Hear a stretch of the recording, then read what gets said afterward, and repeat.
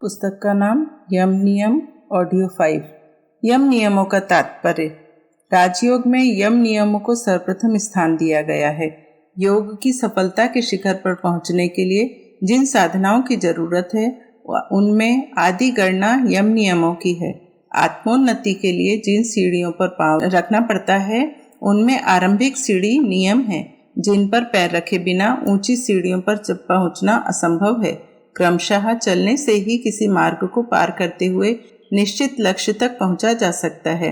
ऐसा नहीं हो सकता कि रास्ते की यात्रा को छोड़कर कोई एकदम ऊपर पहुंच जाए। किसी ऊंचे मकान की छत पर पहुंचने के लिए सीढ़ी सीढ़ी ही चढ़ना पड़ेगी। उसके सफल मनोरथ होने की आशा कौन कर सकता है जो जमीन से उचटकर एकदम छत पर पहुंचना चाहता है और बीच के फासलों को यूं ही दरगुजर करते हुए छोड़ देना चाहता है। हमारे पास प्रतिदिन योग साधना सीखने वालों के पत्र आते रहते हैं और कई व्यक्ति मिलने के लिए भी आते हैं। यह महानुभाव बेहद उतावले होते हैं। कोई कहता है मुझे प्राणायाम सिद्ध कर दीजिए जिससे जब तक जीवित रहूं चाहूं। कोई कहता है समाधि लगाना सिखा दीजिए। कोई कहता है हमारी कुंडलिनी जागरण कर दीजिए। कोई रिद्धि सिद्धि चाहते हैं। किन्हीं की कुछ फरमाइश होती है, किसी की कुछ। इनकी उतावली इतनी बड़ी चढ़ी होती है कि एकाध हफ्ते के अंदर सब कुछ पूरा हो जाना चाहिए। ऐसे सज्जनों को हमारे यहाँ से सूखे और कष्ट साध्य उत्तर मिलते हैं, तब वे दूसरा रास्ता ढूंढते हैं। उनकी उतावली से किसी ढोंगी को अच्छा मौका हाथ लग जाता है और उल्टे उस तरह से उनकी हजामत बनाता है। पीछे जब उनके हाथ कुछ नहीं लगता तो इस महाविद्या के प्रति मन में दुर्भावनाएं धारण करके निराशा पूर्वक इस मार्ग से सदा के लिए हट जाते। हम अपने पाठकों को सावधान कर देना चाहते हैं कि मार्ग का व्यतिक्रम करके एकदम ऊपर चढ़ जाने की तृष्णा ना करें। प्रारंभिक साधना यम नियमों की है, इसलिए आरंभ यहीं से करना चाहिए। पहलवानी करने से पूर्व बीमारी दूर करने की जरूरत है।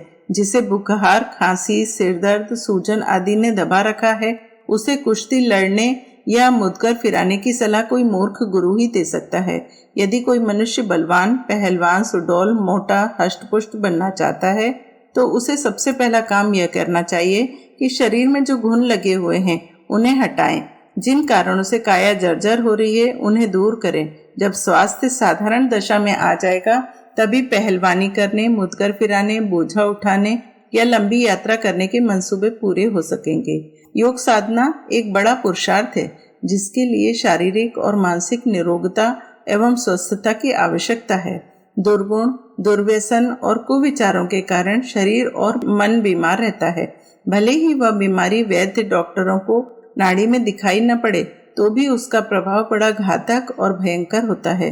कुविचार और कुसंस्कारों की रस्सियों से बंधा हुआ मन और इंद्रिय, लिप्साओं में जकड़ा हुआ शरीर उस स्वस्थता से सर्वथा वंचित रहता है जिसकी की योग साधक के लिए अनिवार्य आवश्यकता है। हिंसा, झूठ, चोरी, व्यभिचारी और लोभ, इन 5 दुष्कर्मों को निवारण करने की व्यवस्था यमों के अंतर्गत है और मलिनता, बेचैनी, आलस्य, अज्ञानता, नास्तिकता को दूर करने के लिए नियमों का विधान है। यह 10 रोग ऐसे हैं जो शारीरिक और आत्मिक स्वास्थ्य को खा डालते हैं, भीतर ही भीतर मनुष्य को जर्जर कर देते हैं। यदि इन्हें हटा नहीं दिया जाए तो ईश्वर ने मनुष्य को जो महाशक्तियां दे रखी हैं उनका अपव्यय रुक जाए और उस महान संपदा का पूरा लाभ उठाने का अवसर ना मिले।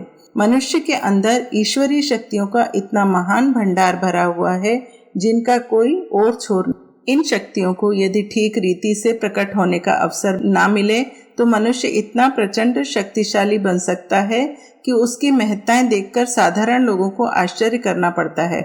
पातंजलि के योग दर्शन में साधना पाद के सूत्र 35 से 45 तक में यम नियमों की साधना से जो सिद्धियां मिलती हैं उनका वर्णन किया गया है। यह सिद्धियां आश्चर्यजनक दिखाई देती हैं पर वास्तव में इनमें आश्चर्य की कोई बात नहीं है। एक स्वस्थ शरीर के मनुष्य को कांतिवान, फुर्तीला, बलवान, तेजस्वी, प्रभावशाली, बुद्धिमान, प्रसन्नचित्त और कमाऊ होना ही चाहिए। यह स्वस्थता के स्वाभाविक चिन्ह हैं। इनका होना कुछ आश्चर्य की बात नहीं है। हाँ, बीमार आदमी के लिए यह सब बड़ी भारी नियामतें हैं। रोग के कारण जो दीनहीन हो रहा है उसे स्वस्थ मनुष्य के स्वाभाविक लक्षण भी देवता के वरदान प्रतीत हो सकते हैं। निर्बल और रोगी जो दाल का पानी ही प्राप्त कर सकते हैं, उसके लिए तो मिठाई पकवान और हजम करना सुर दुर्लभ बात है, परंतु निरोग व्यक्ति के लिए पकवान और मिठाई खाना पचाना साधारण सी बात है। यह यम नियमों का पालन करना आत्मा की स्वाभाविक और स्वस्थ कार्य प्रणाली है। इसके फलस्वरूप स्वभावतः वे सिद्धियां प्राप्त हो जाती हैं जो उल्टे मार्ग पर चलने वालों को आश्चर्यजनक और सुर दुर्लभ प्रतीत होती हैं।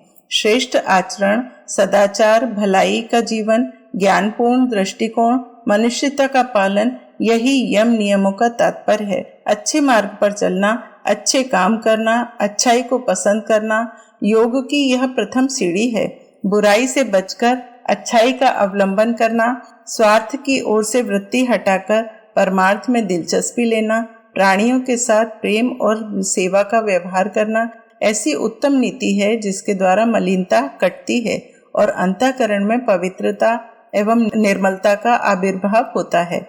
जैसे कोरे कागज पर ही पत्र लिखे जा सकते हैं, लिखे हुए पर, इस प्रकार निर्मल अंतःकरण पर ही योग की शिक्षा और साधना अंकित हो सकती है।